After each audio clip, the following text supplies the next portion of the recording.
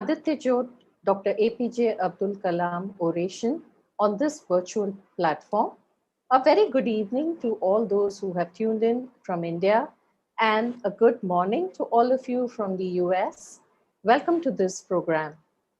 Before we start with the program, as is customary, we would like to begin with a short invocation to Goddess Saraswati, the Lord of Learning. Join me as we listen to this clip for a few seconds.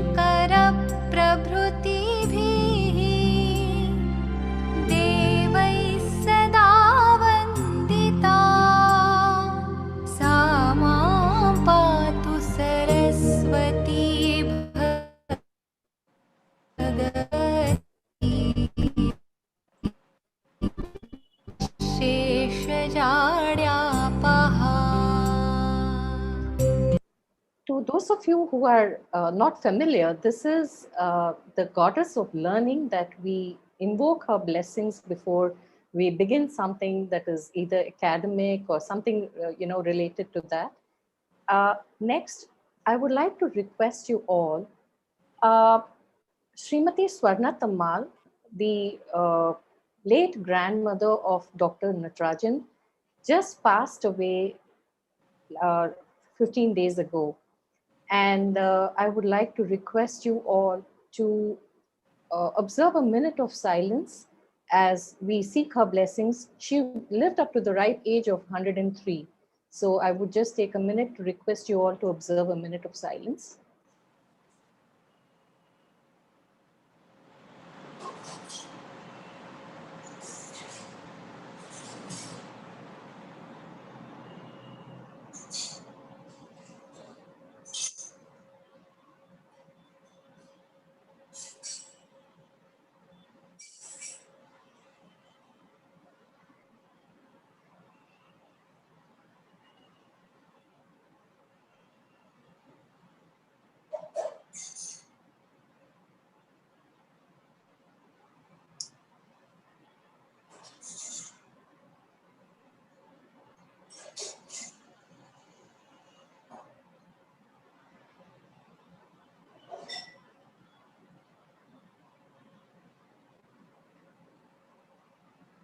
Thank you. Thank you, everyone. Now, as we officially launch this program, I would like to request Dr. Aishwarya Iyer to start with the welcome address. Aishwarya.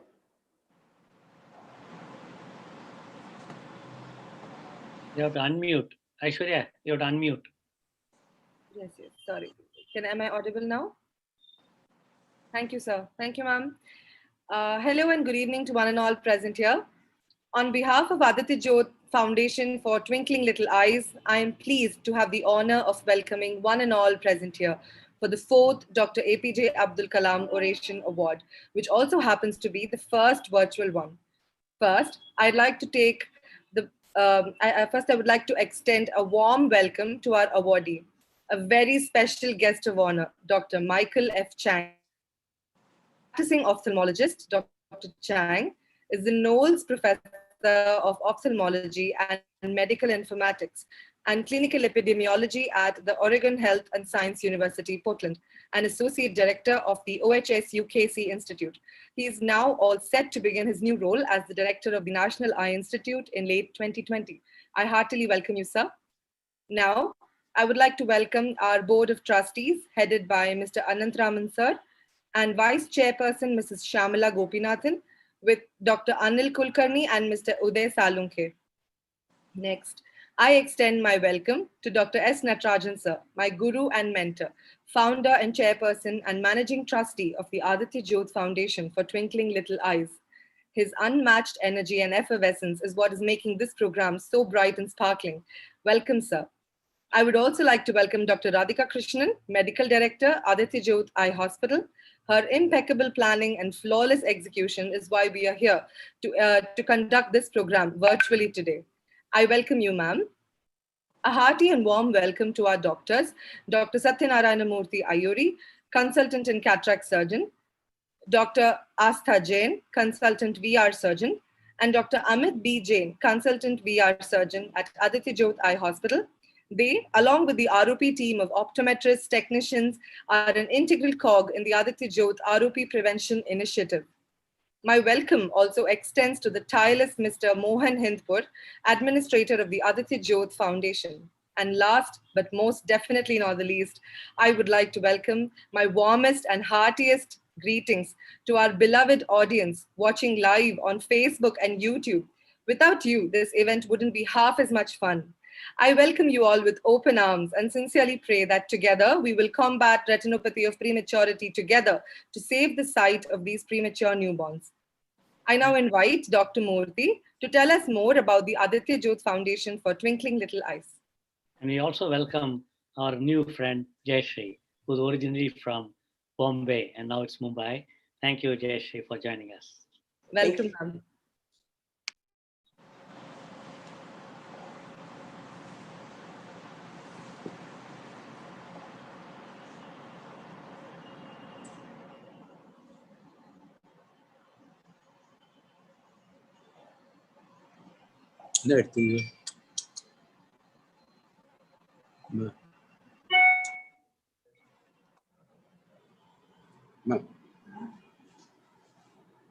No birthday para Okay.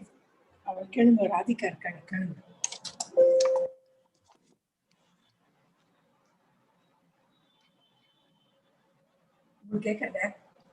Hello. Yes, Mr. Anandraman, sir. Not able to. Audibility is not there. No, he's not still talking. Dr. Murthy? Dr. Murthy, you have to unmute yourself.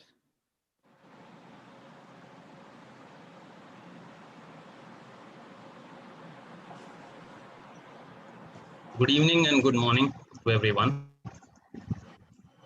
I would be introducing or I would be speaking about Aditya Jyot Trust, which is known as Aditya Jyot Foundation for Twinkling Little Eyes. Now, Aditya Jyot Foundation came into existence in 2005, and that was the time when our then President of India, Dr. A.P.J. Abdul Kalam, had visited Aditya Jyot Eye Hospital. And it was his suggestion and guidance which motivated Dr. Natarajan so as to start the foundation on 30th of June 2005. Now, the primary goal and our vision at Aditya Jyot is to provide quality eye care services to everyone, like which can be affordable to even the low socioeconomic groups, and having an active community participation for the same. Now, our accomplishments, there are some statistics which are there over here that we have touched so far more than 8 million lives. And there has been an awareness which has been conducted across around 230,000 households in the slums. Then 98,172 slum dwellers have been screened for diabetes. More than 1,500 camps have been conducted so far in the state of Maharashtra.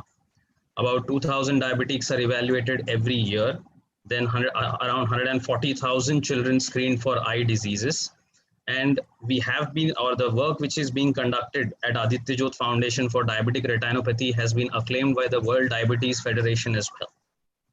Our work has been highlighted in International Corners of American Society of Retina Specialists as well. Now, our outreach centers are located at in areas called as Dharavi, Kandivali, and Mulund in the city of Mumbai, through which we are able to actively go into the community and do our work and conduct the various kinds of studies, treatments, everything. Now, the care which is provided at these centers includes a comprehensive care. We provide vision screening is done, glasses are provided, then evaluation of various disorders, including cataract, retinal problems, glaucoma, squint, pediatric problems, and even lasers for diabetic retinopathy are conducted. Even we have a mobile van which has these lasers installed in them so that we can reach every nook and corner of the city where people don't have access to such healthcare. Now, our retina center in the area of Mulund in the city is known as Aditya Jyot Mahatmya Advanced Vitreoretinal Center.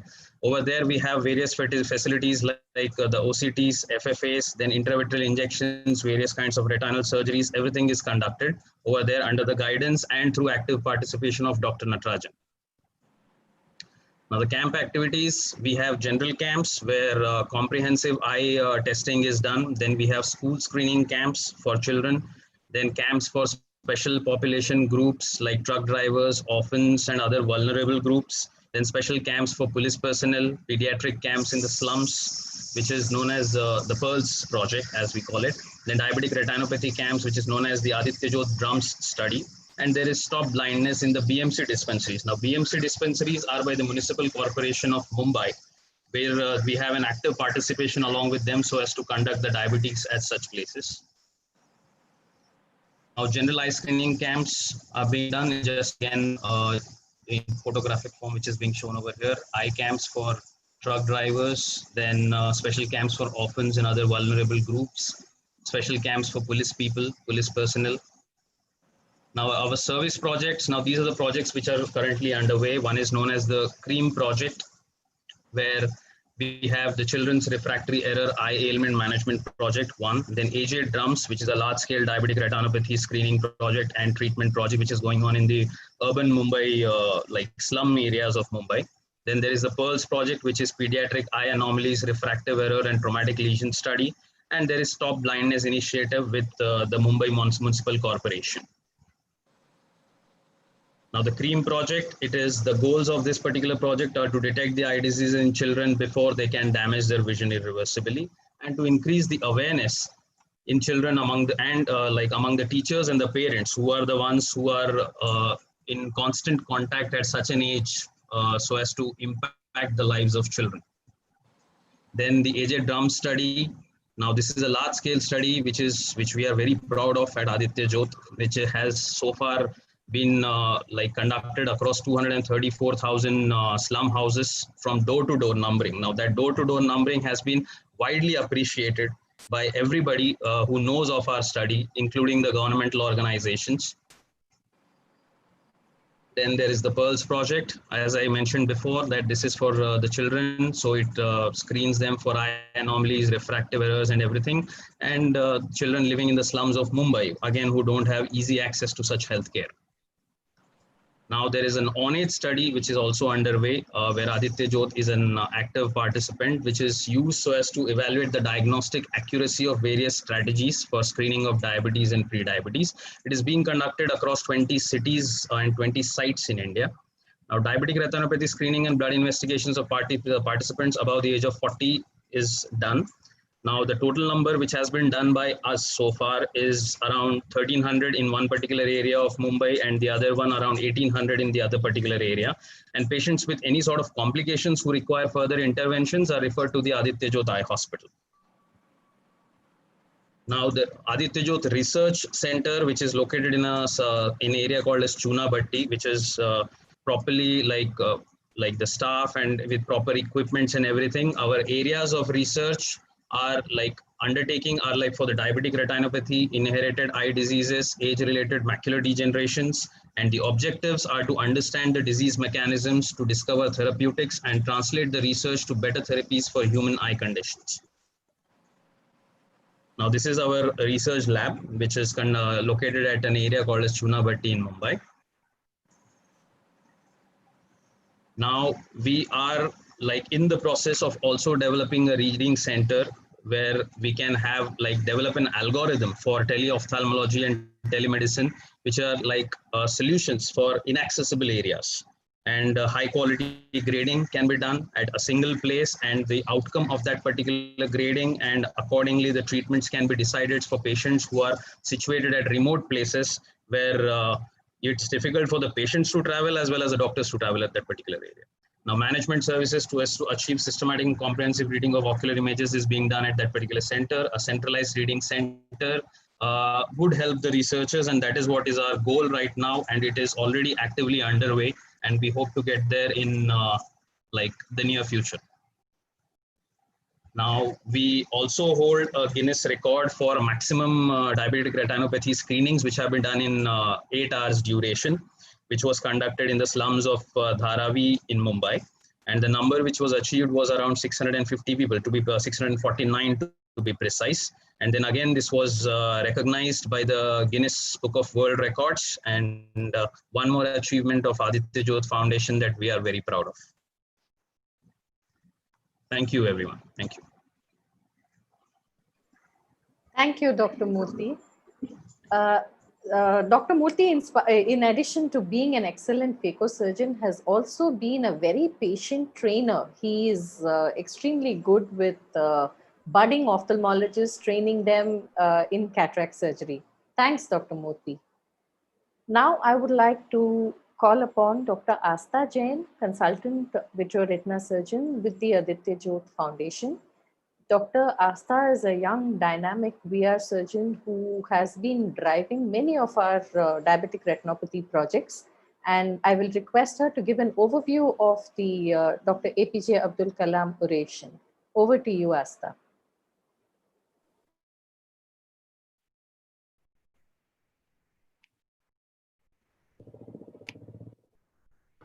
Good evening, everyone, and welcome to the oration program. I would like request Aishwarya to share the screen, please. Yes, ma'am, just on it. Is my screen visible? Yeah. Right. Thank you, Aishwarya.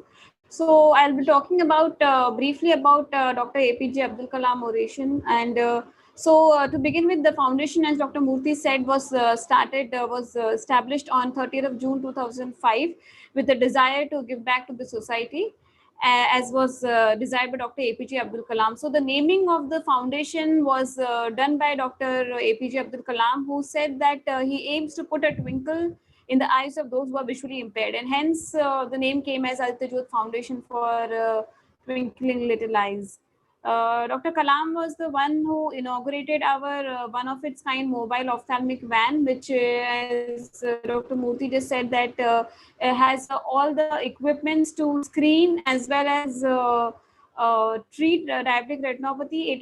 It's equipped with a slit lamp. It's equipped with a fundus fluorescent angiography for the lasers, and we take these mobile vans in the society so that we can treat it then and there. So this Dr. A.P.J. Abdul Kalam oration, next slide, Aishwarya, please.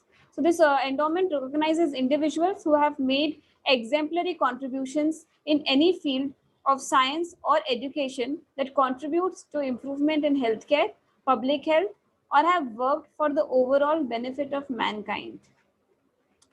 So next slide, please. So we had the 3 previous recipients of this oration.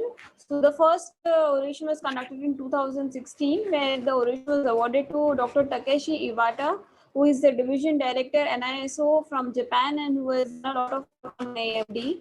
And the next recipient in 2017 was Dr. Professor Pangchui Pui Calvin, who is the director of CUHK Ophthalmic Research Center in Hong Kong. And the next recipient was Professor Paul Baird, who is the head of ocular genetics at the Center of Eye Research, Australia. So this was awarded in 2018. And the current recipient for the year 2020 is none other than Dr. Michael F. Chang, about whom Dr. Natarajan will be talking about shortly. So thank you very much all, and welcome to the oration once again. Thank you, Asta.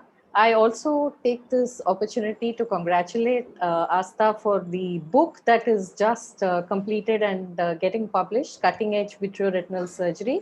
Congratulations, Asta, wonderful work. Thank you, ma'am. Thank you so much. All with Nataraja's guidance and encouragement, ma'am. Wonderful, wonderful. Next, I would like to call upon our chairperson, Mr. G. Anantaraman. Mr. Anantaraman has been one of the founding trustees of our trust, along with Dr. Natarajan. A person with the background of the IRS, he comes with an extremely high sense of compliance, integrity, and he has modeled our foundation and all our policies along those lines. But he has a very soft heart, and he has been extremely supportive and has been supporting all the philanthropic activities of the foundation. I call upon our chairperson to say a few words.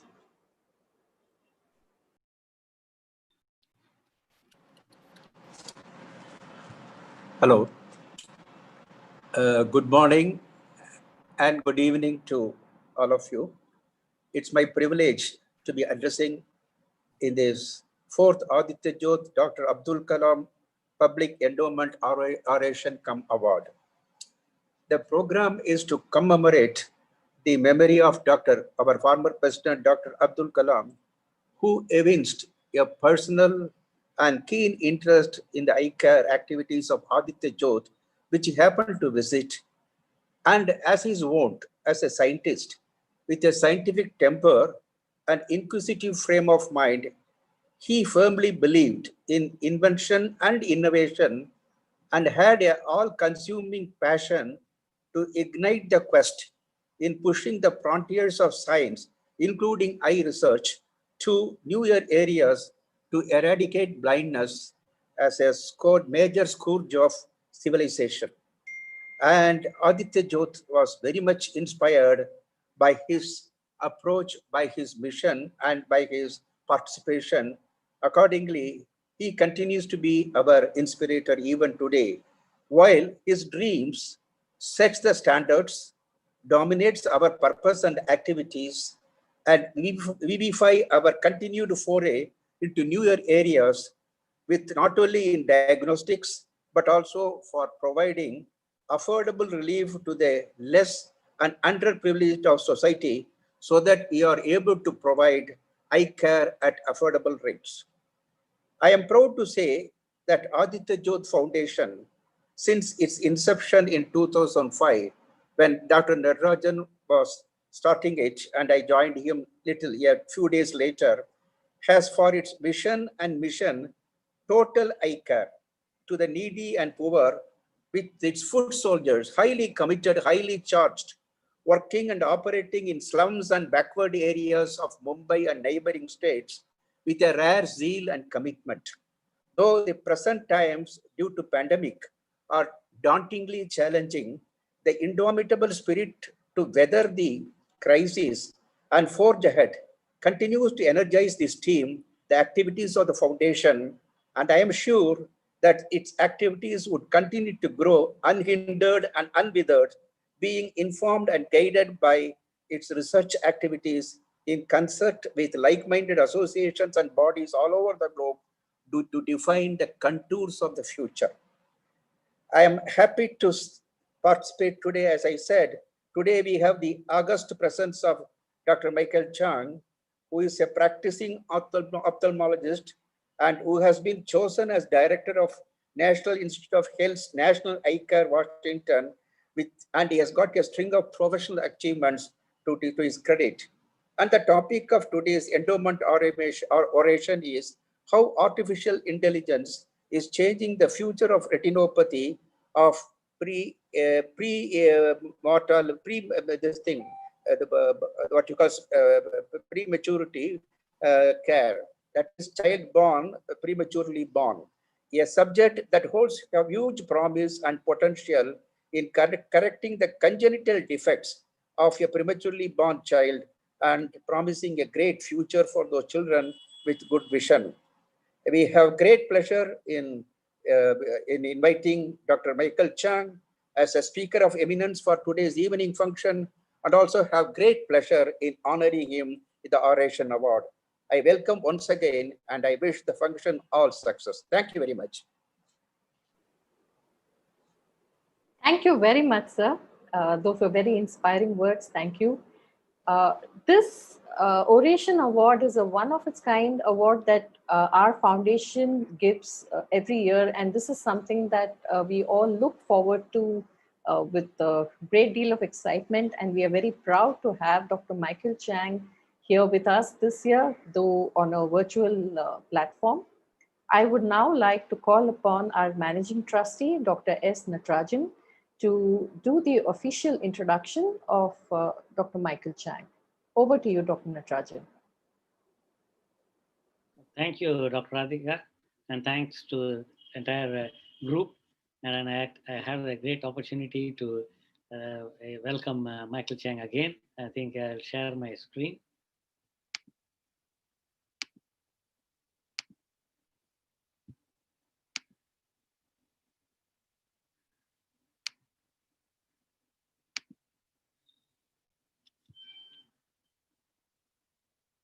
You can see my screen? Yes, we can. Thank you, Dr. Radhika. And it's a great pleasure to welcome Michael Chang, but from KSI Institute, now moving into National Eye Institute. He's already moved geography from Oregon to Washington, Maryland. So we call him Mike.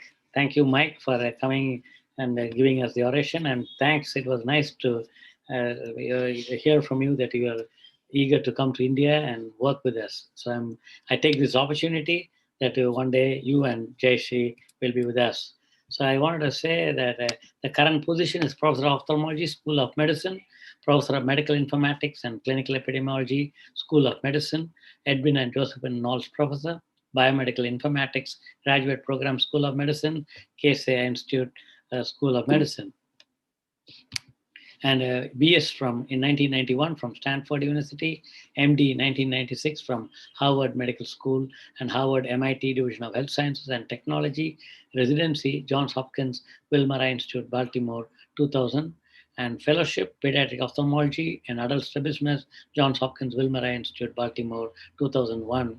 And he has certifications in Diplomat, American Board of Ophthalmology, Diplomat Clinical Informatics, American Board of Preventive Medicine. I have not heard of, at least I don't know anybody else except Mike who has this. And ophthalmology, pediatric, and pediatric ophthalmology, special focus on eye alignment strabismus, ophthalmology, and pediatric ophthalmology. And all of us know his contribution, and he's continued to work in retinopathy of prematurity. And his services to Oregon Health and Science University for the last 10 years.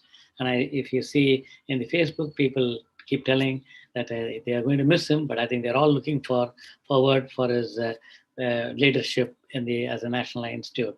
He is the Associate Director, OHSU KSI Institute, Director, OHSU NIH K-12 Mentored Clinician Scientist Training Program with Co-Director Dr. John Morrison. He manages a 1 million training program for clinician scientists in vision research.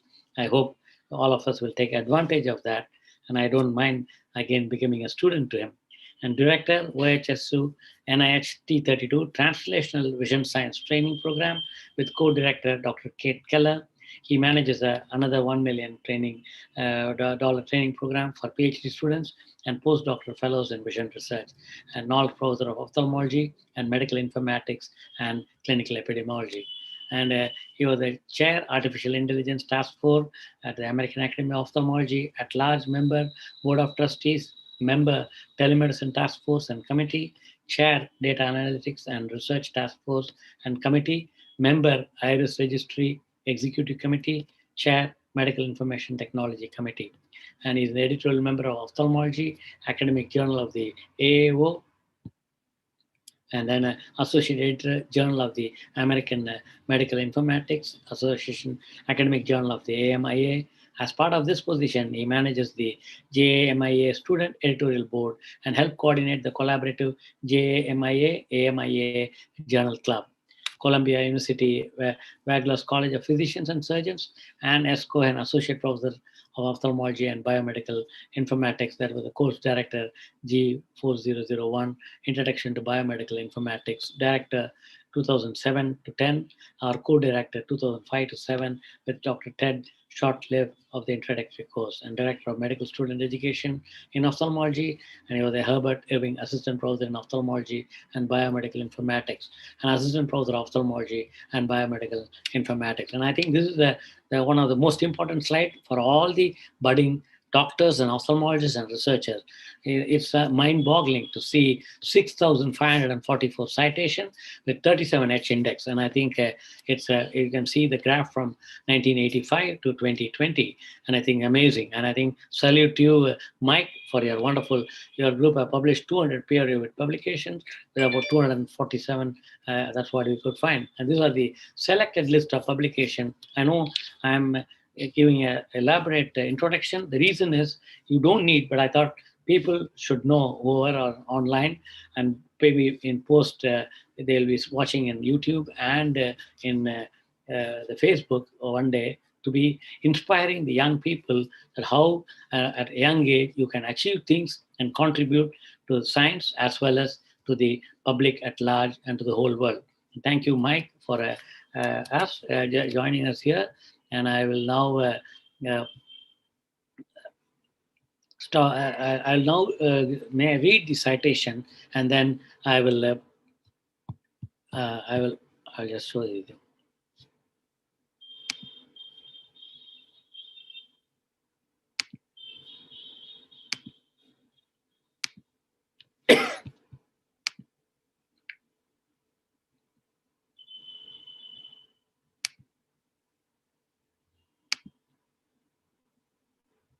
So I'm just going to read the citation. The citation scroll, which we have it. We're actually, thanks for your address. We'll be querying it shortly. Aditya Jyot Research in Vision and Ophthalmology, the Research and Development Unit of Aditya Jyot Foundation for Twinkling Little Lights, presents the scroll of honor to Dr. Michael F. Chang, Associate Director, OHSU KCI Institute, Knowles Professor of Ophthalmology. The fourth Aditya Jyot, Dr. A.P.J. Abdul Kalam Public Endowment Oration Award is being conferred on Dr. Michael Chang for his outstanding contribution in ophthalmic research on Thursday, October the 22nd, 2020.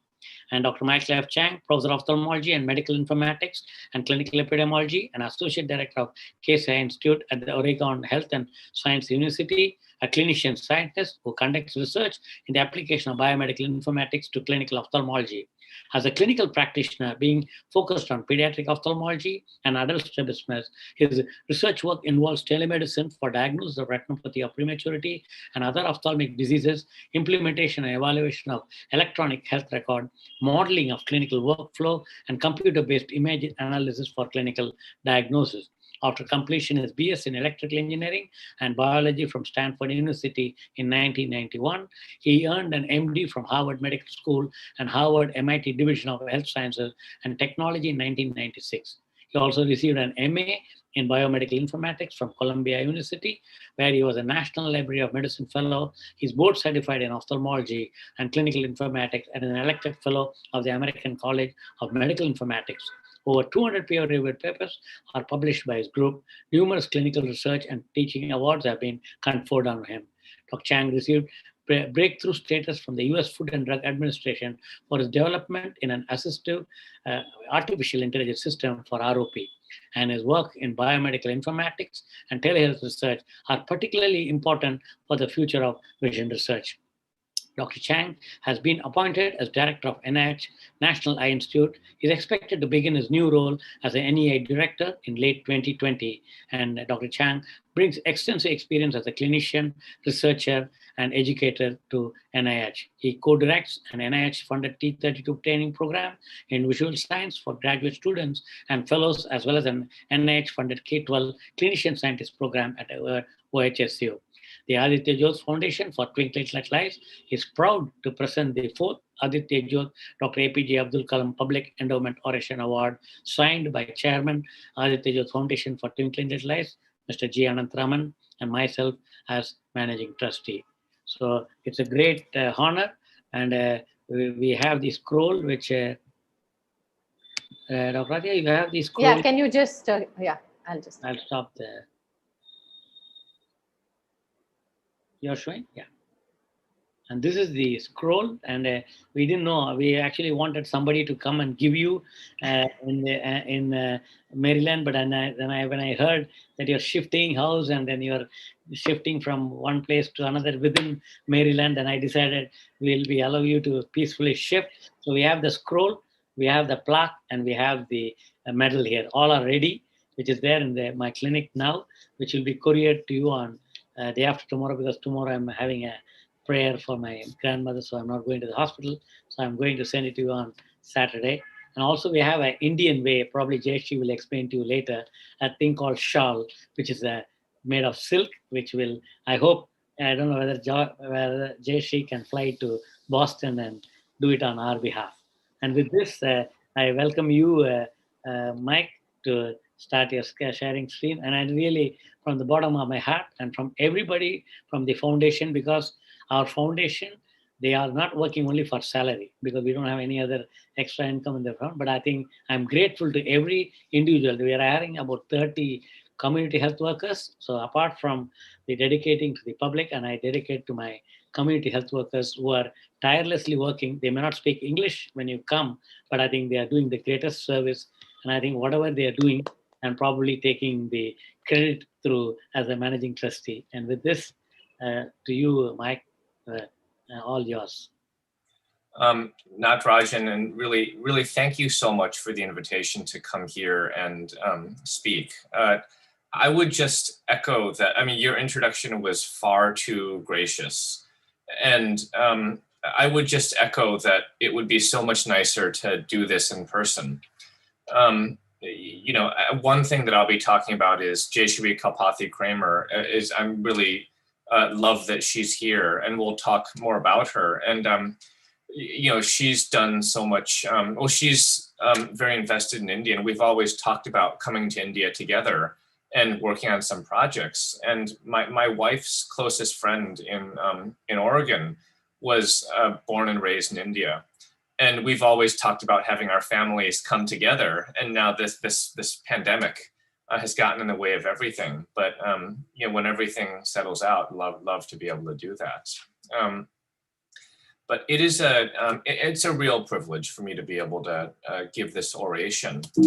And as I learned about the activities of the Aditya Jyot Foundation, I was really impressed. And just, I know that we've had an introduction about this, but what I sort of know about Dr. Abdul Kalam is that I always thought of him as a rocket scientist. But I really never knew that there was this side. And I really love the quote, putting a twinkle in the eyes of the visually impaired. And, you know, of course, I really believe in this mission that what we do is that we want to do our work to try to make this a world a better place. And I think the programs at the foundation in things like medical research and, you know, research and innovation are you know, really wonderful. You know, so impressed to learn about that, and you know, about this concept of touching the lives of 8 million people and getting into the Guinness Book of World Records for some of those activities. And so from that perspective, it's a real privilege for me to be able to speak on behalf of this.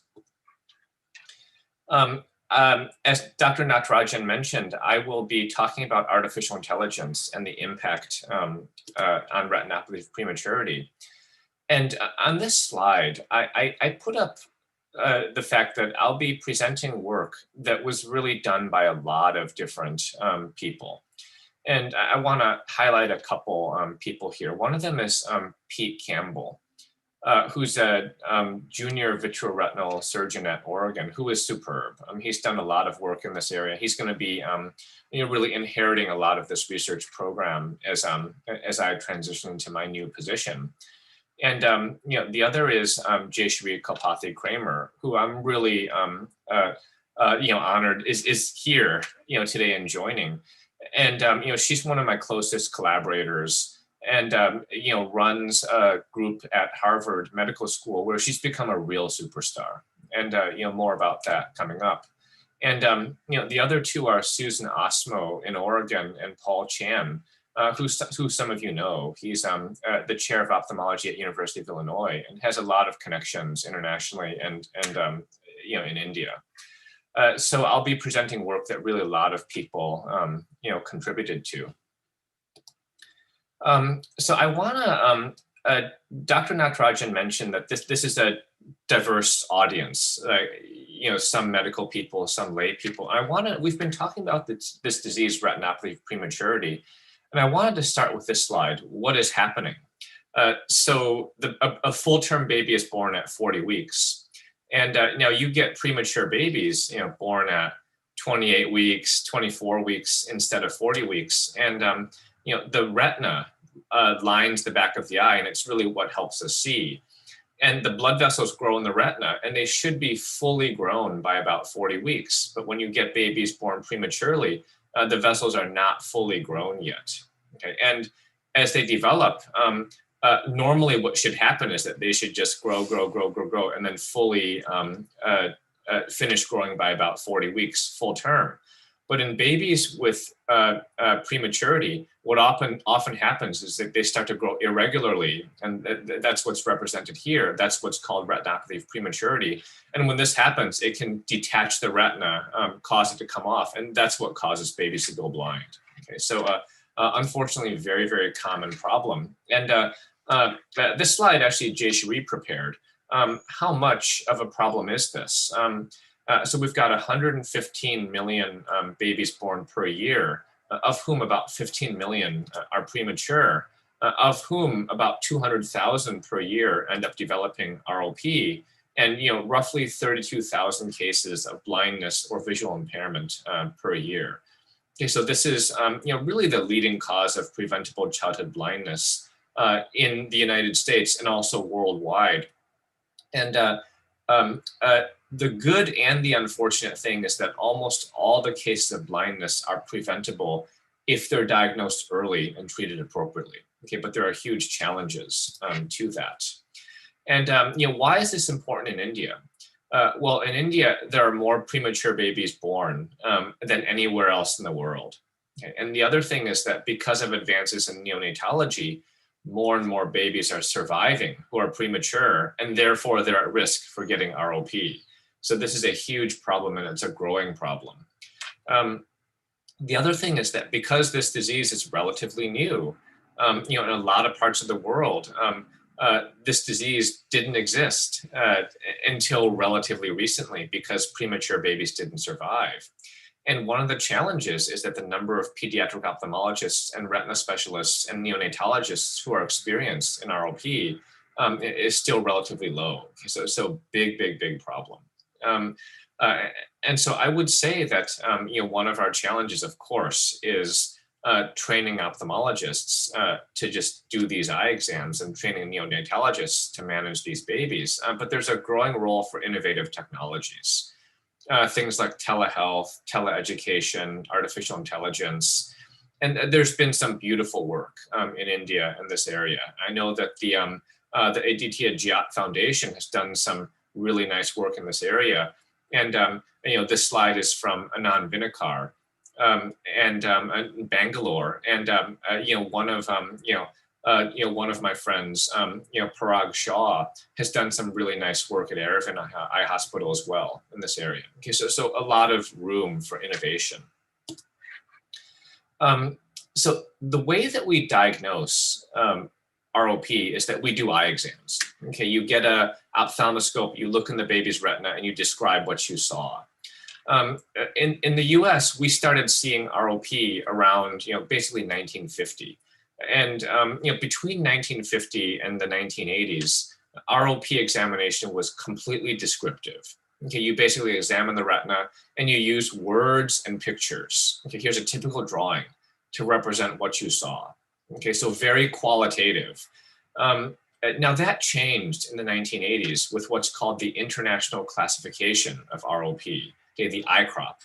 And what ICROP did in 1984 is that it created an international standard for representing exam findings. And so the idea is that everybody in the world, when they look at that retina, they use the same terms to describe what they saw. Okay, and those terms happen to be things like zone, stage, clock hour extent, and plus disease. But when everybody in the world uses the same terminology to classify things, there are huge benefits for clinical care and also clinical research. Okay, you cannot do research unless everybody speaks the same language. Okay, this was an enormous benefit. And we're right now undergoing a revision of ICROP. Okay, this happens every 15 to 20 years that we revise the classification system. And yeah, I'm actually privileged to be chairing that group. But there are two people in that group. It's about 30 so-called world experts in ROP, and two of them are from India, and it's basically Parag Shah and Anand Vinakar. Okay, so there's a lot of representation from India in this group. Okay, but when we do ROP, so because we've got this classification, we can do clinical trials. And from these clinical trials, we know that of all these different parameters, plus disease is by far the most important one to know when you've got a baby who's at risk for going blind and who needs to be treated. Okay, so very, very well established. And what's plus disease? It means that the blood vessels in the retina are dilated and tortuous. Okay, so they're dilated here, meaning thick, and tortuous, wiggly. Okay. And so if you've got plus disease, the baby's at risk for going blind, needs to be treated. Okay, if not, you can almost always safely observe that baby. So we've got to diagnose plus disease accurately. So one of the challenges here is that we're not very good at diagnosing plus disease accurately. Okay, these terms like tortuosity and dilation are very, very subjective in many ways. And in 2007, we did what I thought was a very, very simple research study. And we took a series of standard photographs, put them up on the web, and we invited 21 world experts to go to that website and classify, is it plus or is it normal? And there's actually an intermediate pre-plus category. So you've got plus, pre-plus, or normal. And here's an example where in this retina, there's a little bit of dilation, a little bit of tortuosity, and 15% of experts called this plus, 85% called it not plus. In this image on the right, this one split 50-50, half called it plus, half called it not plus. And we saw a lot of images that split 50-50, 60-40.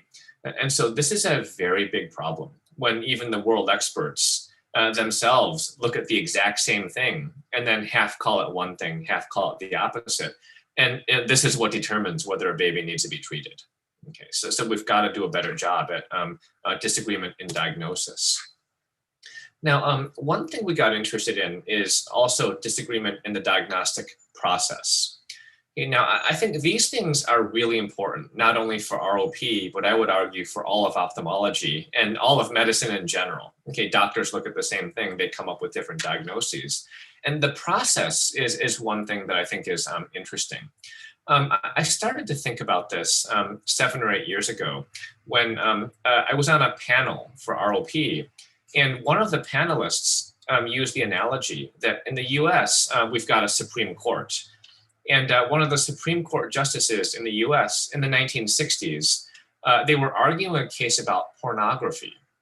And the Supreme Court justice said, well, I can't define pornography, but I know it when I see it because it just looks bad. Okay. And so the panelists in ROP said, well, that's what plus disease is like. It just looks bad when you see it. And so it's hard to define, but you just recognize it when you see it.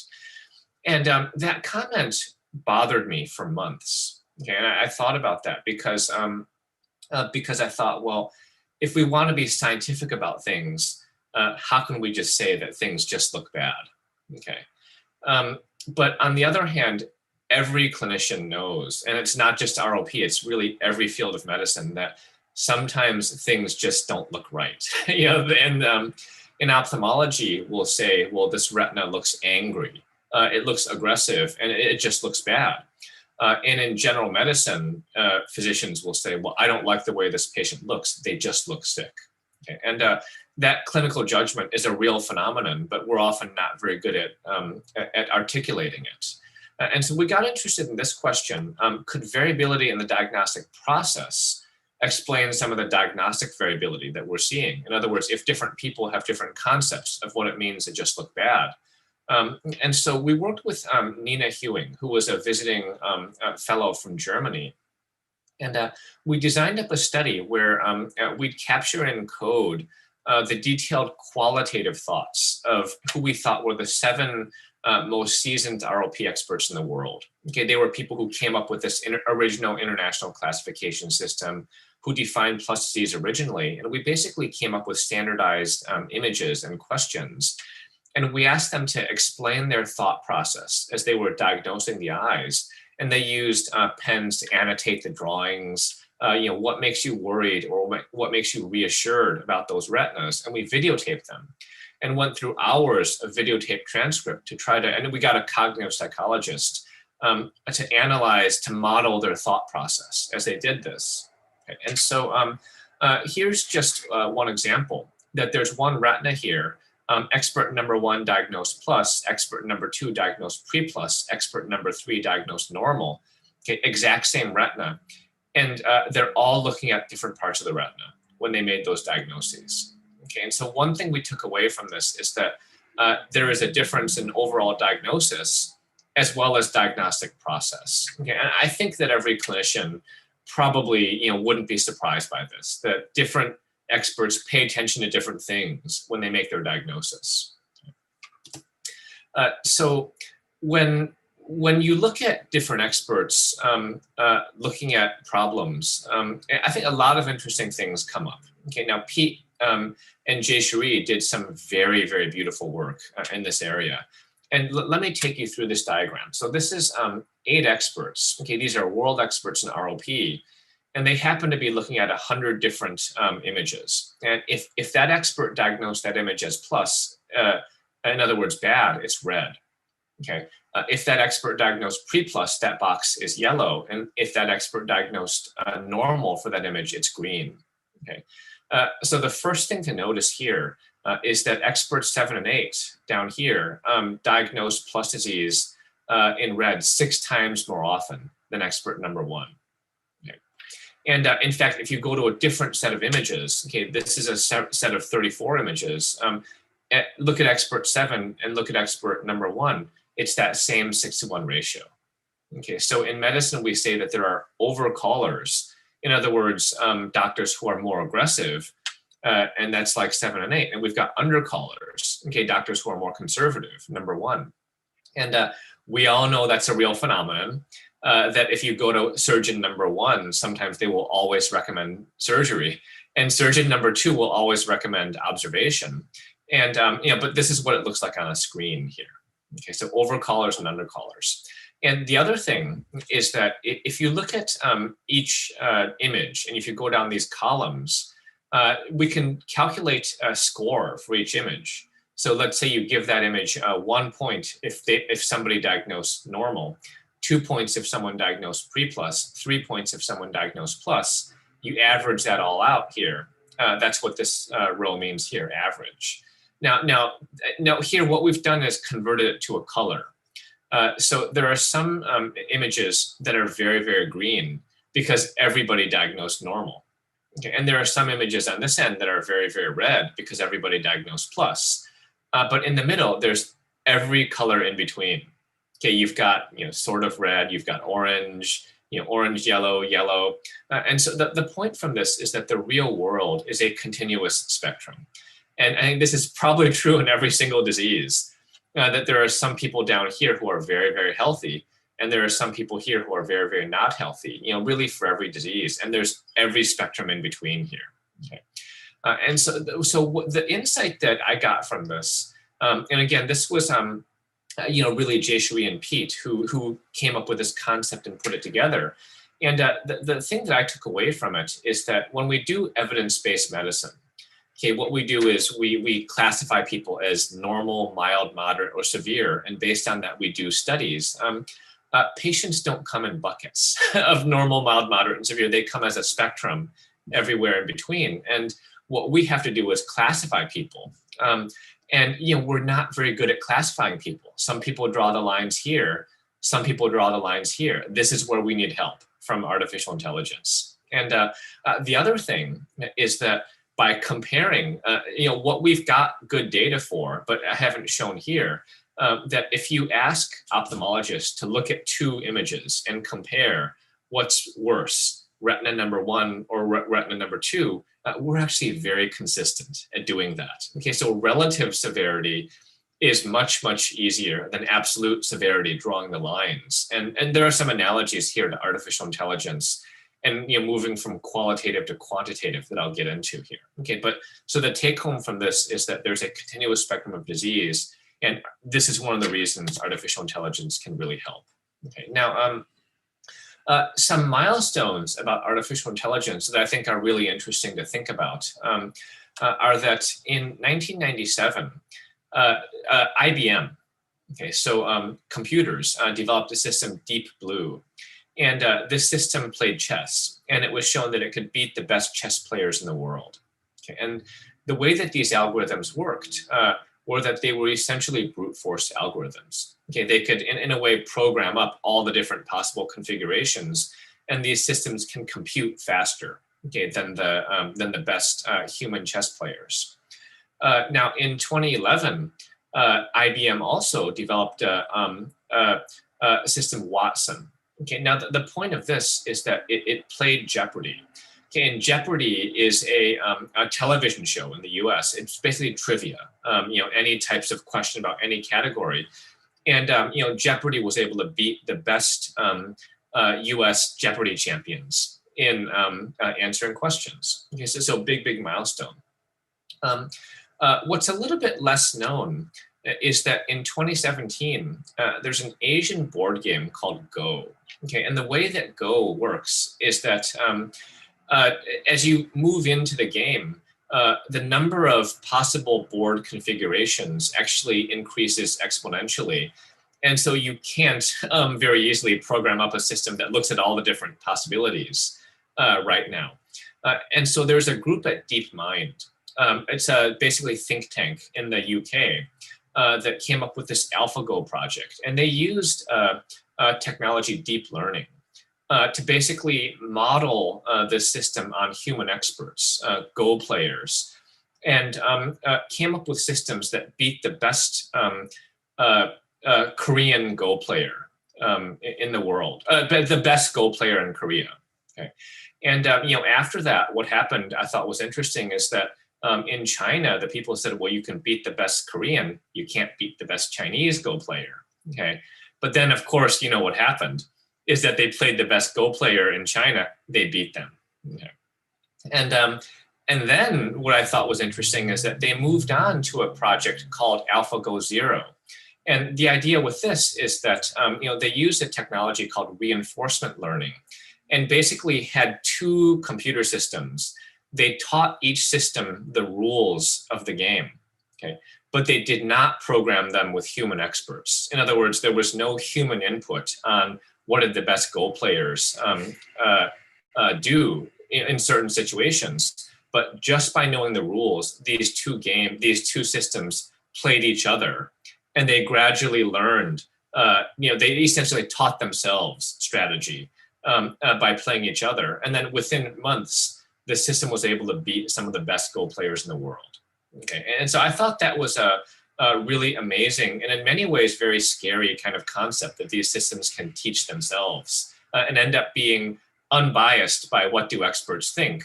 They could learn new rules that people wouldn't necessarily think about. And I hope that's something that we can take advantage of to be able to treat patients better in the future. And so we've got our team of artificial intelligence, and for ROP, we've gotten interested in, well, can we do a better job at diagnosing disease?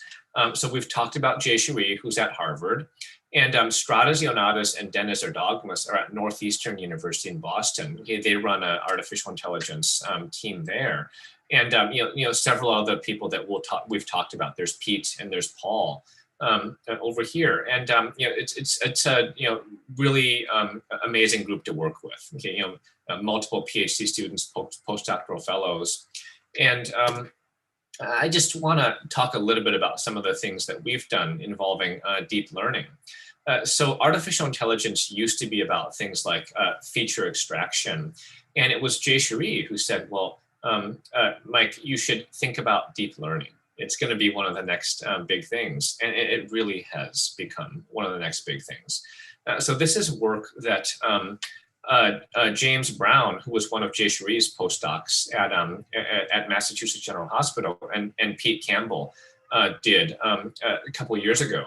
And basically what we've done is that we've trained deep learning systems to, number one, segment images. In other words, you've got a retinal image. Where are the blood vessels in that image? Okay, so we can segment that image using deep learning. And then based on that segmented image, we can classify that image into a so-called feature space. And from that classification, what's the probability that that retina is plus disease versus pre-plus versus normal? Okay, so we can train systems to do that. Now, one of the challenges is that if all the experts in the world have different diagnoses in terms of is something plus, pre-plus, or normal, how do you train these systems and how do you evaluate them? We spent years coming up with so-called reference standard diagnoses for thousands of images. And how do you come up with a reference standard diagnosis? Well, what we've done is that every baby gets a real eye exam from an ophthalmologist. Okay, so they'll record their findings, and then we take pictures on the same day, and we get multiple ophthalmologists, experts, to look at each of those images. And so we take all those expert gradings, and we take the actual eye exam and harmonize them into an overall reference standard diagnosis. Okay, so it's not perfect, but we feel like it's the best that we can do to come up with, well, what was the right answer on that day? So based on that, we can train these systems to make the best diagnosis. And the way that these are evaluated is using the area under the receiver operating characteristic curve. And it's a number from 0.5 to 1. And our area under the curve is 0.98 for identifying plus disease. So almost perfect discrimination. And when we test the performance of the system against experts in an independent data set of images, our system was 91% accurate for classifying is it plus, pre-plus, or normal. And when we got 8 world experts, those experts were 82% accurate. Okay, so the system actually beat all the world experts except for one. And so I think that this is pretty compelling. And Jay Cherie, Pete, Susan, and I, took a trip to the U.S. Food and Drug Administration about a year ago, and we did receive, as Dr. Natarajan mentioned, breakthrough status for this system, and we've gotten interested in trying to get this into the real world to use. But it'll be a process. But it's been very exciting work. Now, one of the things that we've gotten interested in is we've alluded to this idea of moving from, we started in the 1950s with a purely qualitative system that's descriptive. And how can we move toward more of a quantitative system? Well, one of the things that we've done is, Jay Cherie, Pete, and Sang-Jin Kim, who was a visiting scholar with us from Korea several years ago, have done some really nice work in this area of, can you take the output of that deep learning system, that artificial intelligence system, and convert it to a number from 1 to 9, okay, where 1 is really, really normal, 9 is really, really abnormal. And it's along the lines of that continuous spectrum of abnormality that we talked about before. And why would we want to do that? Well, as clinicians, we're often interested in, is my baby getting better, worse, or the same as before? And if you can put that on a 1 to 9 scale, it's much, much easier to figure that out than if you say plus, pre-plus, or normal. Okay, so there are really big clinical benefits of that. The other thing is that experimentally, we've talked about the fact that you get better agreement from comparisons. Okay, what's worse, number 1 or number 2? And by comparing from 1 to 9, in principle, we could pretty easily scale where does my baby belong from a 1 to 9 scale. So there are big benefits of being able to do this. And so I just want to present some work that we've done in this area. One of the potential applications of this is screening. Like if we had a 1 to 9 scale that we deployed. And Travis Redd was one of our residents in Oregon, and now one of the early faculty members there. And he published what I thought was a nice paper in this, where he looked at almost 5,000 images, calculated that artificial intelligence derived scale from 1 to 9, and basically said, well, what if we were implementing a screening program where if this number was above 3, 4, 5, that we referred those patients. Well, it turns out that that system would actually have very high sensitivity and relatively good specificity for identifying babies who needed treatment. Okay, so maybe if we were working in some resource poor setting, we could basically take pictures, run this system, and then refer the babies who were most at risk for needing care. Okay, so that's a potential application. Another interesting application was disease progression. Stan Taylor was one of our retina fellows in Oregon a year ago, and did an interesting study where he looked at over 5,000 retinal images, again, calculated this vascular severity score. And the way that this diagram works is that the x-axis is time of the eye exam. Okay. So this is when the first eye exam is done, okay, at 30 to 32 weeks post-menstrual age. And the y-axis here is that quantitative scale from 1 to 9. Okay, now there's two population of babies. One is in white, the babies who never needed treatment. Okay, that's the vast majority of the babies. They never needed treatment, but they needed eye exams every week or two.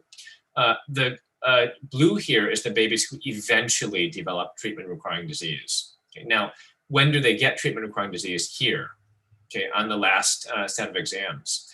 And so they're getting examined, and some of these babies get gradually worse. Now, the thing to take away from this is that the babies who got treated, of course, had higher 1 to 9 numbers, quantitative AI scores, than the babies who didn't need treatment.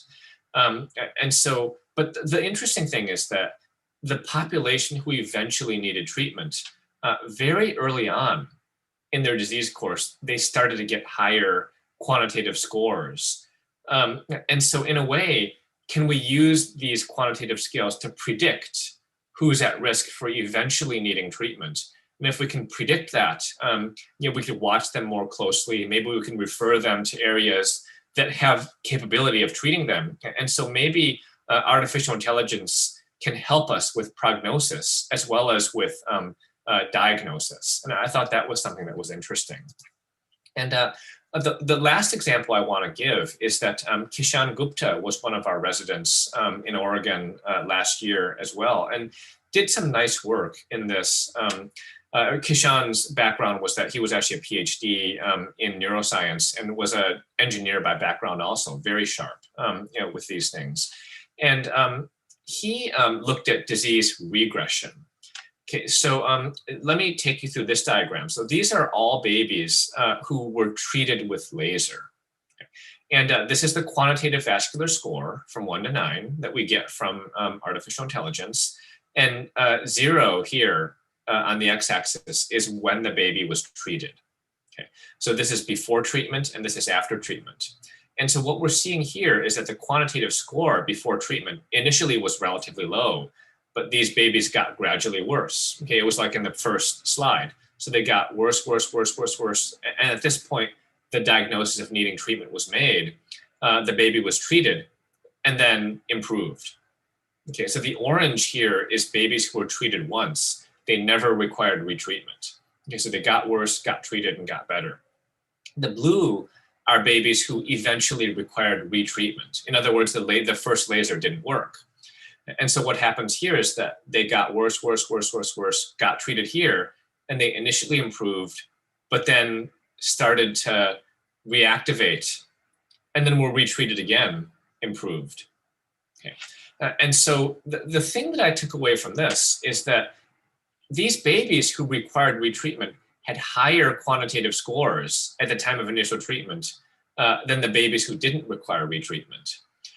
And so now we can't conclude too much from this, but the point that I took away from this is that maybe they were being treated too late, or maybe we really should be treating a little bit earlier because these were all plus disease, but these were a worse plus, if you will, than initially. And maybe work like Kishan's could help us in the future figure out, well, what's the best threshold for treatment? And are we not doing the right thing if were these cases just waiting a little bit too long because they flared up? Okay, so a lot of potential here for helping us learn things in the future of artificial intelligence.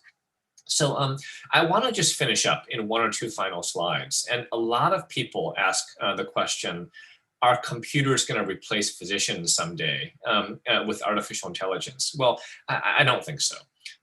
As physicians, we do 2 things. We diagnose disease and we manage patients. And when we diagnose disease, I think that we've shown that for ROP, artificial intelligence is very promising. And I hope that this talk is really not just ROP, but everything that we said in this can apply to other diseases as well. And there's been work in diabetic retinopathy, macular degeneration, and but where's the data to make a diagnosis going to come from? You've got to know what tests to do, what questions to ask. You've got to have expertise to know that. And when we manage patients, what we're really talking about, for example, you've got a disease, and let's say that disease is cancer. Okay, make it broad, and it's a terminal cancer. Well, maybe management plan 1 would be to do chemotherapy and radiation therapy, very aggressive, and it would improve your prognosis, your life expectancy by 6 months on the average. And but you'd be very uncomfortable and suffering during those 6 months. Whereas management 2 would be you'd go into hospice and you could say goodbye to your friends and family more comfortable. Well, different people will choose option 1 or option 2 based on their individual calibration point. And maybe physicians, what we should be doing in any field of medicine is helping to guide patients through those choices. How do you do that? You've got to know your patients and communicate with them. And so I think that the goal of these systems is really at the end of the day to improve physician performance, not to replace physicians. And in fact, it's going to be really important to maintain those unique human skills to take advantage of how can we help work better with these artificial intelligence systems. And in fact, maybe someday clinicians who use artificial intelligence might replace clinicians who don't use artificial intelligence. And I think that's one interesting insight from all of this. So my last slide here is that I think we've talked about 3 things, science, art, and technology. And for ROP, and again, this could be said for any field of ophthalmology, any disease in ophthalmology. For science, it's things like classification and clinical trials. Okay, they've really revolutionized clinical care, but they're not perfect. Okay, we talked about the fact that many of these parameters are subjective and qualitative. Okay, we've talked about art, where even evidence-based practice and research cannot capture all that qualitative nuance of disease. Okay, what it means to just look bad. Right? And that is a real phenomenon. Every clinician will tell you that. And we've talked about technology. Artificial intelligence, in this case, telehealth, can help us move from qualitative to quantitative. And I wanted to finish up with this message that I think that good clinical care requires all 3, science, technology, and art.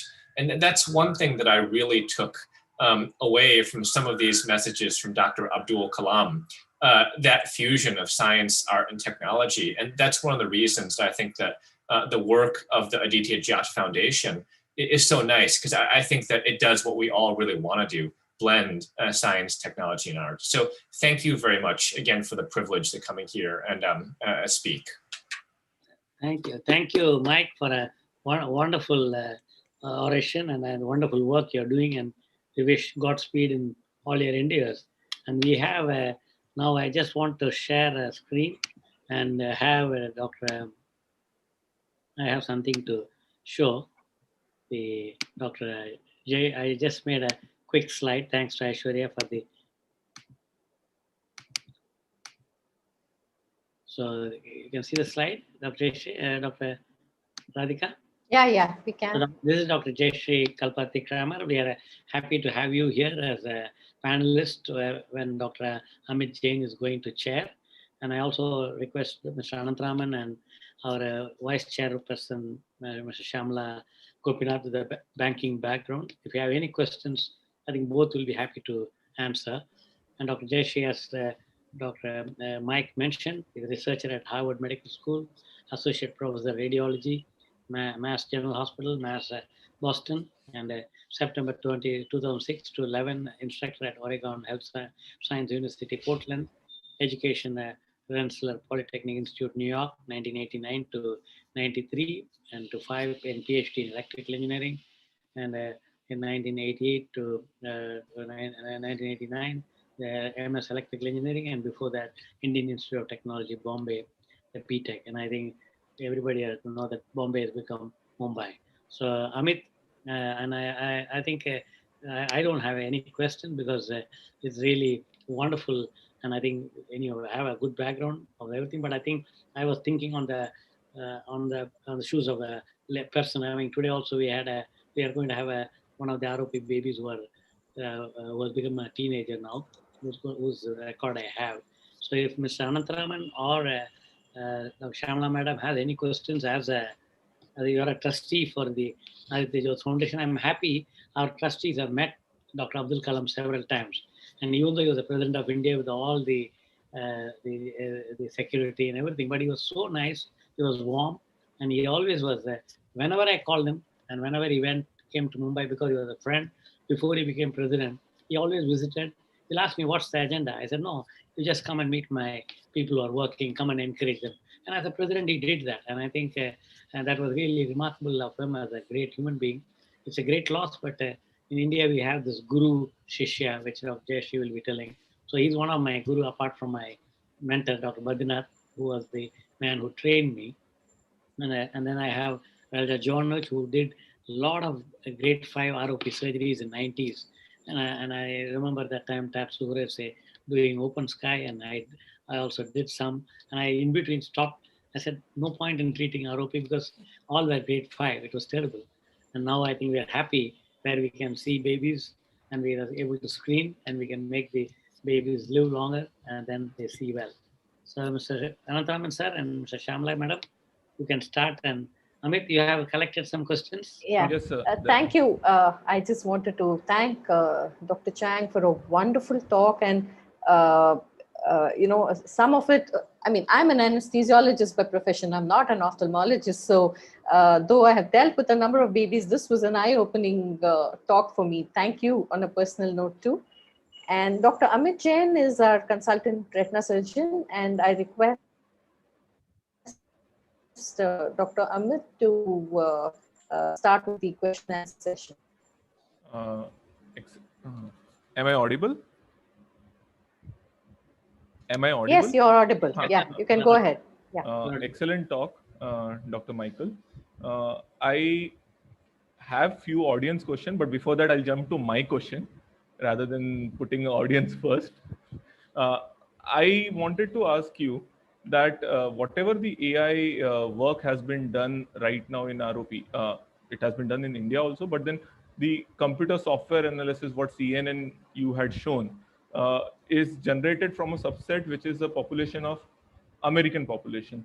So how does we take it into an Indian subset where like the pigmentation of the retina, the blood vessel size are different. So to grade a Indian ROP baby would be completely different. So we need to have some data of that also prior to. So. Dr. Amit, that is a great question. And I think if I can rephrase your question, maybe broaden it a little bit, it's that one critical thing about these systems is that they need to be generalizable. In other words, they can't just work in one population, they've got to work in other populations. And what makes the baby in India different from the baby in the US could be a lot of different factors. One of them, you mentioned pigmentation, but there could be many other factors as well.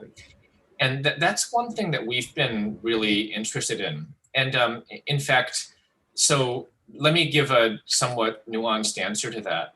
One of them is that if you take, let's say, Jayeshwari's system was developed and tested in the American baby. If you take that and use it out of the box in an Indian population, which we've done before, through some collaborations, it works actually fairly well. It doesn't work as well as if you tested it in the US population.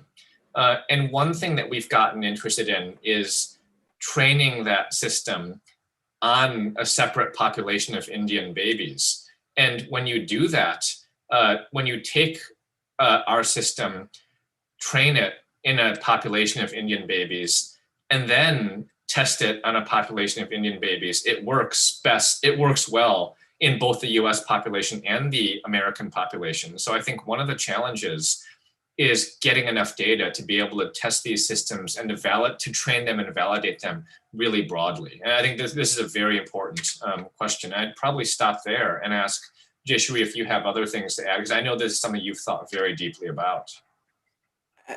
I agree, it's a really good and really important question that we should all be thinking about, is validating the algorithms in the populations that they're going to be used. There's also things to think about in the design of the algorithm. So one of the things that we did in our algorithm is actually have a segmentation of the blood vessels being the first step. And that way, what we are actually looking at for the classification is just a segmented vessel map. And that reduces some of the differences between pigmentation, the camera systems, the illumination, and things like that as well. So you can potentially have a different segmentation algorithm for outlining the blood vessels for the different populations, but then have a similar classification step across populations. You had mentioned previously the dilation and tortuosity might be different as well in different populations. But again, having a segmentation map might help with some of the normalization process. So a really important question, but as Mike said, there are things we can do in terms of getting data and getting the algorithm to be fine-tuned for the different population, but we can also think about it throughout the design process of the algorithm. So I'll take one audience question. Dr. Rajshri here has asked that traditionally, am I audible, right? So traditionally the AI deals with fundus photo. In few scenarios, it is dealing with OCT also.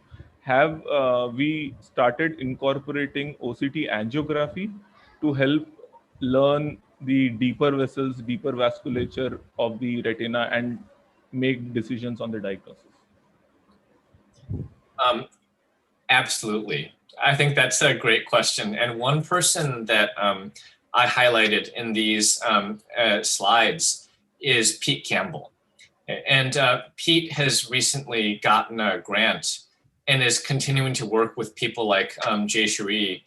And there's also an engineer in Oregon, David Huang, who was one of the original inventors, if you will, of OCT, and he's done some very nice work in OCT angiography. And one of the goals of that is to build wide-angle imaging devices, OCT angiography, that do exactly that. And hopefully someday, one of us will be able to come back and talk about that at some point, what we're learning from that.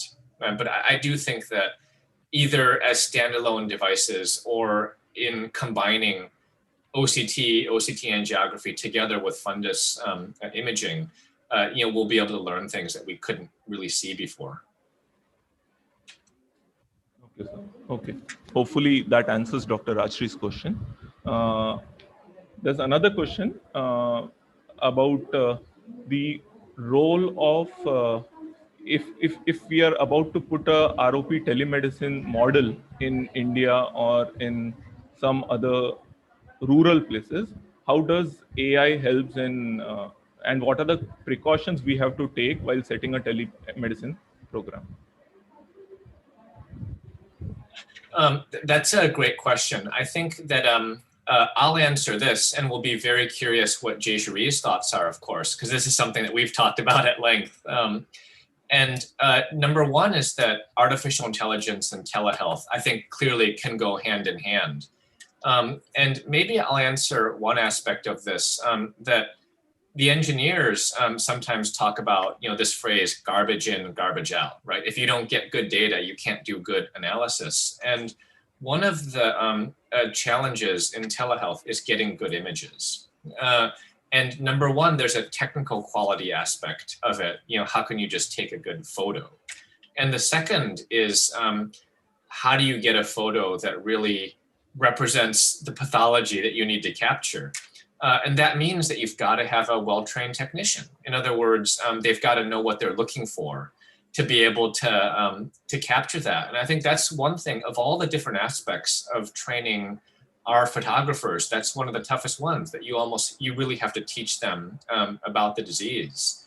Now, with the artificial intelligence part, there are a lot of questions about, well, what's the purpose of the AI? What are we trying to do? And I'll probably leave it for Jayshree to talk about those.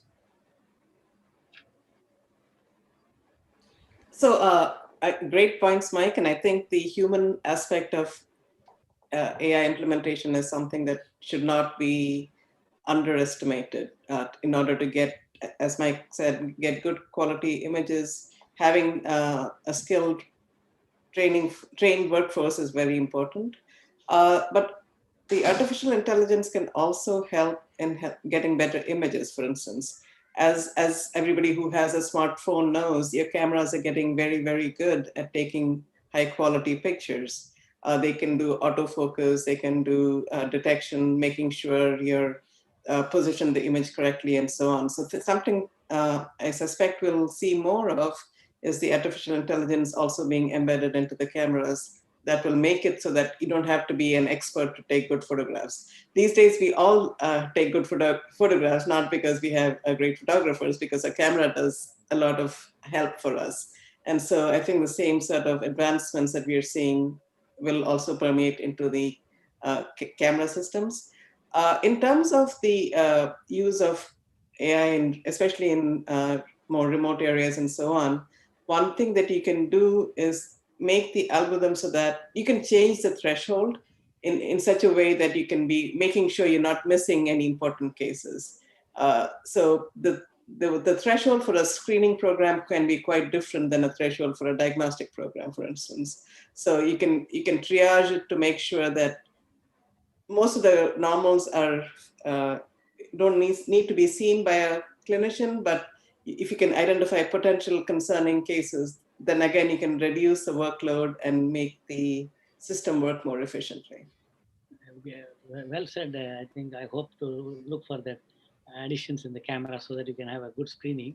So I think I read the paper, one of the paper in 2017, I think, Mike, you mentioned that future you would reduce the cost by introducing smartphone for ROP. Is there anything happening in smartphone diagnosis now with the ROP?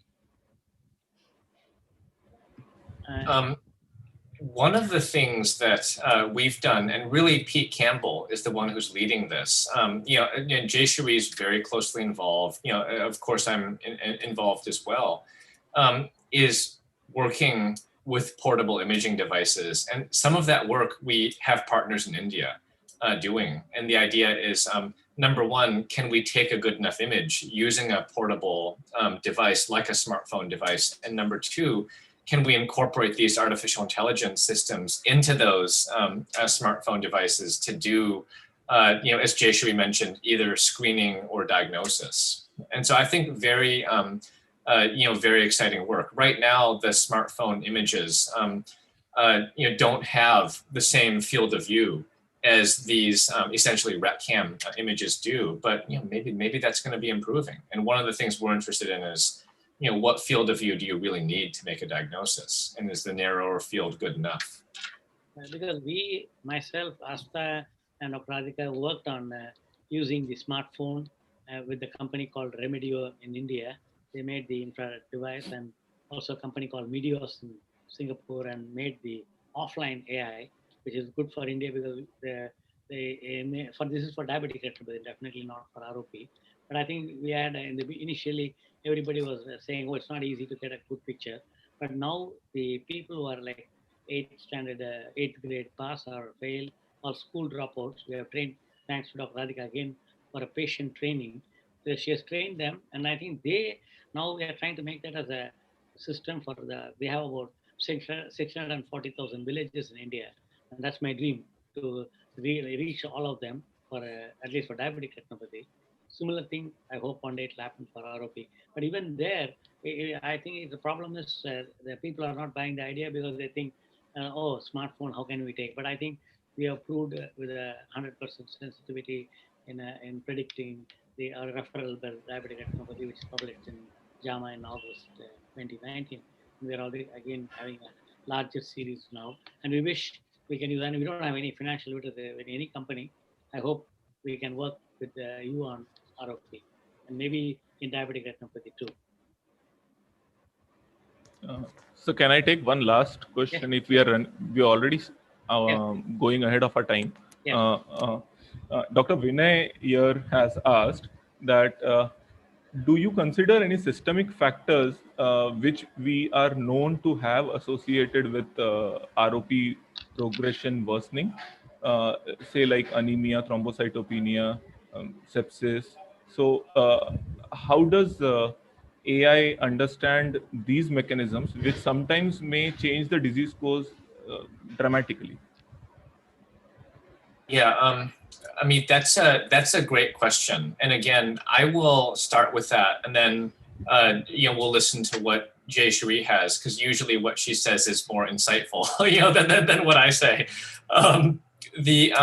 So I think that number one, with artificial intelligence, I really agree with the premise of that. What I think the question is, which is that if I walk up as a physician and look at a patient, you get a lot of things from just seeing your patient that don't necessarily get reflected by a fundus photograph.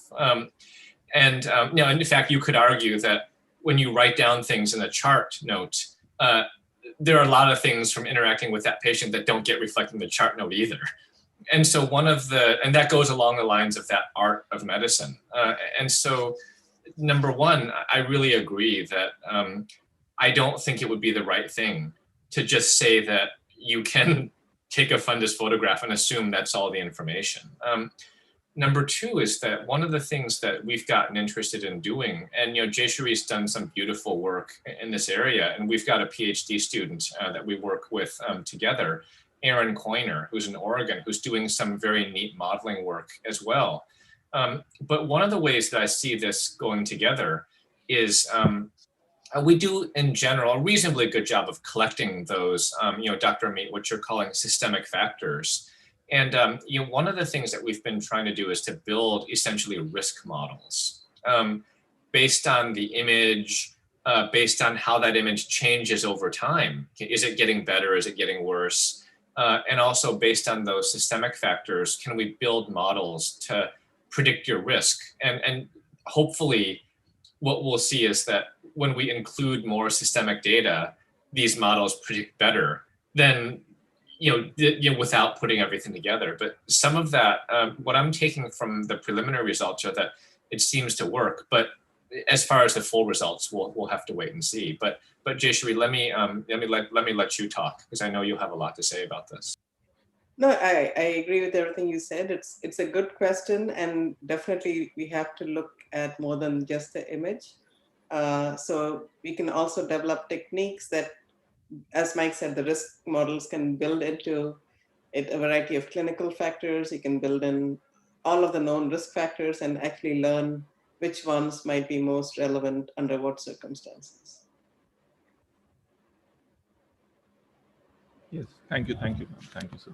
So maybe a hopeful vitreoretina person practicing ROP, I think I'll let the CNN work to diagnose these babies, and then just follow prospectively to see who requires the treatment, and then again add some systemic factors to tell us in future that, okay, we see a grade 1 or 2 or 7. Okay, the 7% will require treatment, so better be cautious about that number 7 grading person.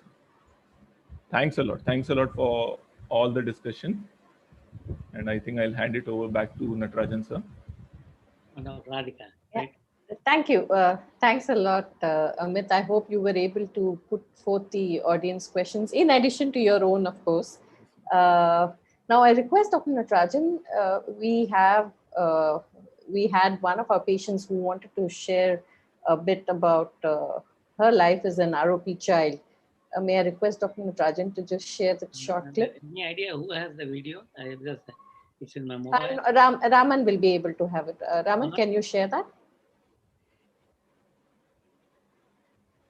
Yeah. Yeah, she's Sonu Pereira, and I actually I know her from the time of birth. She's born in '98, and she's 22, and she's doing her master's now in Tata Institute of Social Sciences. And I have the habit of asking every small kid when it comes to the clinic, for whatever reason, I ask them, "What's your aim in life, and what do you want to do?" And particularly when they are visually impaired, I tell them that you should work on vision research. And I recently operated a child who was a 12-year-old who actually had both eye pellet injuries in Kashmir. And I told her, I know you are not able to get vision from no perception of light. She got perception of light. I said, you should get into vision research. I don't know whether anybody with a visually impaired are working on eye research. I'm not sure. I'm a mentor in RO, but I forgot to ask this question. Okay, is Raman playing the video? Raman? Vivek or Raman, can you please share the video? Lakshmi? Lakshmi? Okay, okay. Yeah, I see. No, not this. Raman, the video from Sonu Pereira. Sonu Pereira.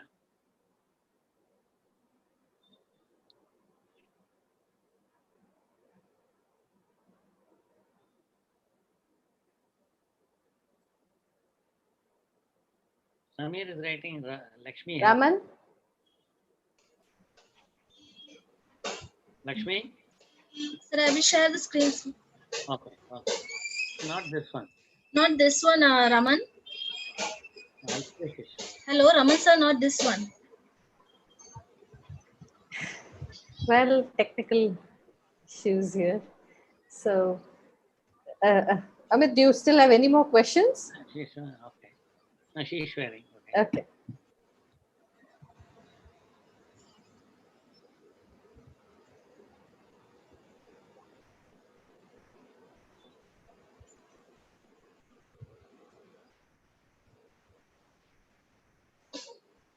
Lakshmi, what happened?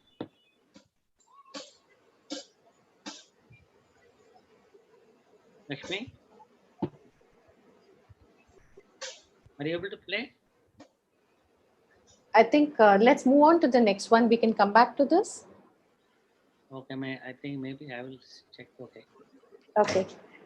May I request? Yeah, I shared the screen, ma'am. It's not visible. Asta? Yeah, no, but it's not playing. Lakshmi, it's no, it did not play. It did not play. Dr. Natarajan, I suggest we move on to the... Yeah. In the meantime, I'll see whether... So, Raman, you can share there is a small... the Endowment team has been, in fact, very supportive of this program. And they have taken this opportunity to launch a product of theirs. So I request you all to give a few minutes. And Raman, you can share that and Dr. Asta can talk about it.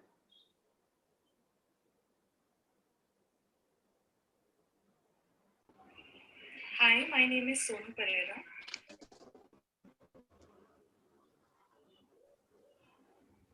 Asta, you can go ahead with this. We'll go back to that later. No, it's ready. Radhika? Yeah, okay, sure. So should I? Okay, you finish with this. Yeah, let her finish with this. Asta, you finish with it. I'm ready now. Okay. Okay, sure. Raman, can you share from slide 1? He's already sharing. Raman? So it's in the middle of the press. So it's the middle of the press.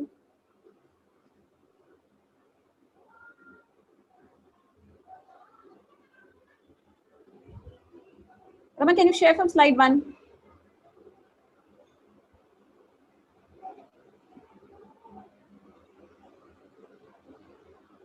Okay, thank you. So this is the product which Endowment has launched recently about phenocane assisted cataract surgery.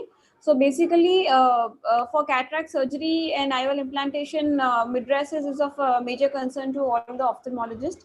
And in the recent survey, stable mydriasis was rated as the most important factor. And despite the numerous advances in the cataract surgery, mydriasis remains a foremost concern among cataract surgeons. So next slide, please. The complications of intraoperative meiosis are all known to us. and it can jeopardize the quality of IOL implantation. It can cause complications like iris trauma, PC rent, as well as vitreous loss. And there are other intraoperative complications like risk of endophthalmitis and macular edema. So, next slide, please. So it goes without saying that stable mydriasis is of utmost importance for doing a good and uneventful cataract surgery, and it facilitates surgical maneuvering like cortical cleaning, capsular polishing, as well as for higher end IOLs like the toric IOLs, and helps us minimize the complications. So in 2013, the European Observatory of Cataract Survey emphasized the importance of stable mydriasis during surgery and was rated as 9 on a 10-point scale. And the overall result of the survey also indicates that stable mydriasis was more important to surgeons than the largest size of dilatation. So currently what we are using is topical mydriasis alone. So is that a solution? So what are the disadvantages of topical mydriatics are that first of all, delayed onset, limited bioavailability, multiple doses, and inconsistent mydriasis with problems of intraoperative pupil meiosis. So next slide, please. So we're talking about the alternative here, which is the product launched by Endowment, which is Phenocaine. So it's an intracameral injection of mydriasis. So this the advantages of this are there is a prompt onset of pupil dilatation. The mydriasis is supposed to be quite stable and last throughout the surgery. It improves the intraoperative conditions during crucial steps such as IOL implantation. Is a safe and effective alternative with almost no risk of systemic exposure, and also associated with significantly less pain or sensation of pressure to patients just before IOL insertion. Next, please. So comparing intracameral injection versus topical mydriatics, 95% of pupil dilatation was achieved within a mean of 28.6 seconds after administration of intracameral injection. The mean pupil diameter was larger than 7 mm during entire surgical procedure. The intraoperative pupil diameter remained stable in the intracameral combination group and decreased in the topical group. No clinically significant change in pupil diameter occurred in the majority of intracameral combination group compared to the topical group, and the mean time of pupil dilation estimated for intracameral was 28.6 seconds versus 20 minutes for topical mydriasis. Next, please. So Phenocaine Plus is the product which is used for intracameral injection for achieving mydriasis. It consists of a combination of tropicamide, phenylephrine, and lignocaine. So it provides mydriasis as well as anesthesia to these patients. And the dosage is around 0.2 ml of Phenocaine Plus via intracameral route through the side port at the time of beginning of surgery. The shelf life is around 24 months. Thank you.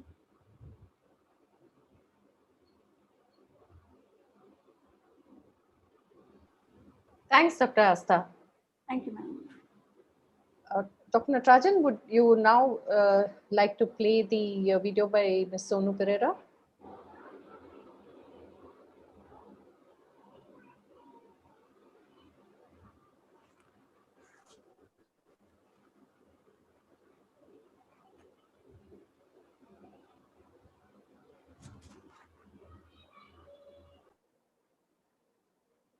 Oh, sorry. Did you see the screen? No, but we could not hear it play. No. Now can you see? Yeah, we can. Okay. Chennai, where Dr. Lingu Gopal and Dr. Natarajan, operated my eyes, and successfully I can see. Sir, please start this from the starting, sir. I'm really blessed. No, it's in fine. That case, and I would, through this video, I would like to give a message that those who are premature babies, as in those who were born, who later realized that they should definitely do their checkup. They should definitely do an eye checkup, and those who are having premature deliveries, they should also make sure that they are doing these kind of checkups, because The possibilities of having the eye operated is mostly in the initial stages, as in when the age is kind of young, and not in the latter stages. And this is what happened with me. Even my other eye couldn't be operated, to be very frank. And yes, this is the vision. Today, Dr. Natarajan is still there with me as a support. Dr. Natarajan doesn't only operates his patients, but he also supports them throughout. He supports them in any way that he is able to support them. He got me introduced to people who use talking softwares. I was not knowing about any kind of talking software when it comes to laptops. Using laptops, I use my laptop independently today. I am doing my master's now, and also we have formed a group known as Light Beyond Vision. So this whole name, that is Light Beyond Vision, is an idea, is basically a message also. Light is not necessarily in your vision. Light can be without your vision also. So if you don't have vision in any of your eye, is also fine. There's no end. It's not the end of the world. Life can begin there in a different way also. So this is the motto that we have started this group for. We want to encourage people. We want to help them or walk with them in their ways, helping them and helping each other. In fact, taking steps ahead with different things different experience that we share. So anybody who is not having a vision, not necessarily you are not going to do anything in life. You are definitely having a lot of things to do in life, and Light Beyond Vision is here for the same reason. We just want to keep spreading awareness about how can you manage your life even if your eye operation is not getting successful. And yes, again, while signing off, I would like to say that anybody who is having a premature delivery or is a premature born baby, checking your eyes and the retina especially. Yes, thank you. Thank you. Thank you, Sonu. I'm sure you're watching live in the Facebook and YouTube. So thank you very much for your words. And I think, as I told in the beginning, I love encouraging patients to be interactive with the surgeon, and that's what I want to teach all the young people, that your role is not over as soon as you are actually treat them. And I think even if they have excellent vision, you continue relation with them. And I think I know many children, their parents, their grandparents, because they come to me, and I sometimes remember them. And whenever I visited US clinics, some of the clinicians I've seen making a note in their electronic medical record that this was the birthday or this was the mother's or whatever it is. So just to greet them. I think they're very happy when you tell them. But fortunately, God has given me memory. So whenever I see a patient, I know the retina picture. I don't know. That's my. So Mike, I keep joking with the patients because I work on AI. So I start my talk with the definition, what is intelligence? And then I say, what is artificial intelligence? Anyway, thank you, Sonu. And I know you wanted to be in the thing because for the time constraint, I'm happy I could play your video. Now, Dr. Radhika. Yeah, thank you. That was a really very touching video, and thank Sonu for allowing it to be posted so widely so that it can generate awareness even in other people who may know others who are having preterm deliveries. It has been a fantastic evening, but we are running late, and it's time for us to Before say... thanks, Radhika, you can ask Mike's comments on the dealing with patients. Okay. No, I was worried because we are already running out of time. Dr. Chang, if you have any closing comments for us?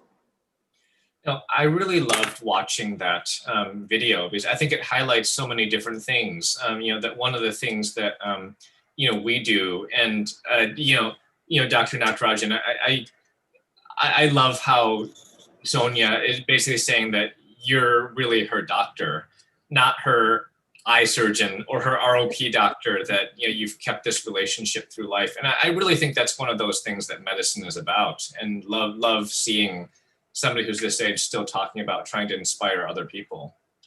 And it's good that when we do the work that we do, it's good to see the patients kind of behind that.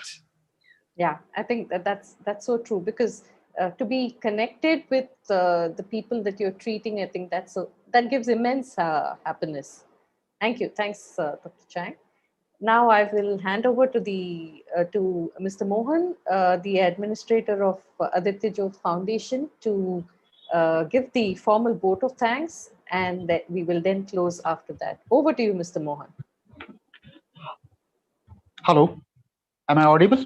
Yes, Mr. Mohan, yes. Please. Thank you, Dr. Radhika. Good evening to all. It is my privilege and honor to propose this vote of thanks on behalf of Aditya Jyot Foundation for Twinkling Little Eyes. Dr. Chang, it was our honor that you accepted to receive this 4th Dr. A.P.J. Abdul Kalam Public Endowment Oration Award. Your oration today was very informative. We are indeed very grateful to you for your wholehearted participation and kind support. Thank you so much. I would like to thank Sonu Pereira for sharing her experience as a patient of ROP. I would like to express our gratitude towards Mr. Anil Nair for creatives and technical support. Also would like to thank Mr. Raman from Entor Pharmaceuticals for their support. I would like to extend my gratitude to our chairman, Mr. Anantraman sir, who has been a constant source of support to us. Thank you, sir, for presiding over the function. I would like to thank our trustees, Shamala Gopinathan, Dr. Anil Kulkarni, and Dr. Uday Salunke. I would like to thank Dr. Radhika for hosting the event, Dr. Aishwarya, Dr. Murthy, Dr. Astha for their participation and their presentations. Thank you, Dr. Amit, for conducting such a great question and answer session on this occasion. And of course, this event was possible because of the visionary leadership of our managing trustee, Dr. Natarajan sir, who has brought exemplary clinicians and researchers to this platform and given us a benefit of knowledge they have shared. We all are grateful to you, sir, to provide such a dynamic leadership to the foundation. Last but not the least, I would like to thank all staff members of Aditya Jyot Eye Hospital and of Aditya Jyot Foundation for their support and participation. I hope all of you who viewed this program from across the world liked it. Thank you, one and all. Thanks a lot. Thank you, Mr. Thank you. Thank you. Thanks, everyone. I just saw the statistics, and I just saw the email from the Retina World Congress, where I'm a board of director. They said they have blasted this. And I think the whole idea was to create awareness that your work on ROP, Mike, as well as everybody, that should be screened well so that we can detect early and treat early. And that's how the subject was put. Can I request Mr. Vivek, what's his name, Raman and Rahul, to stop the live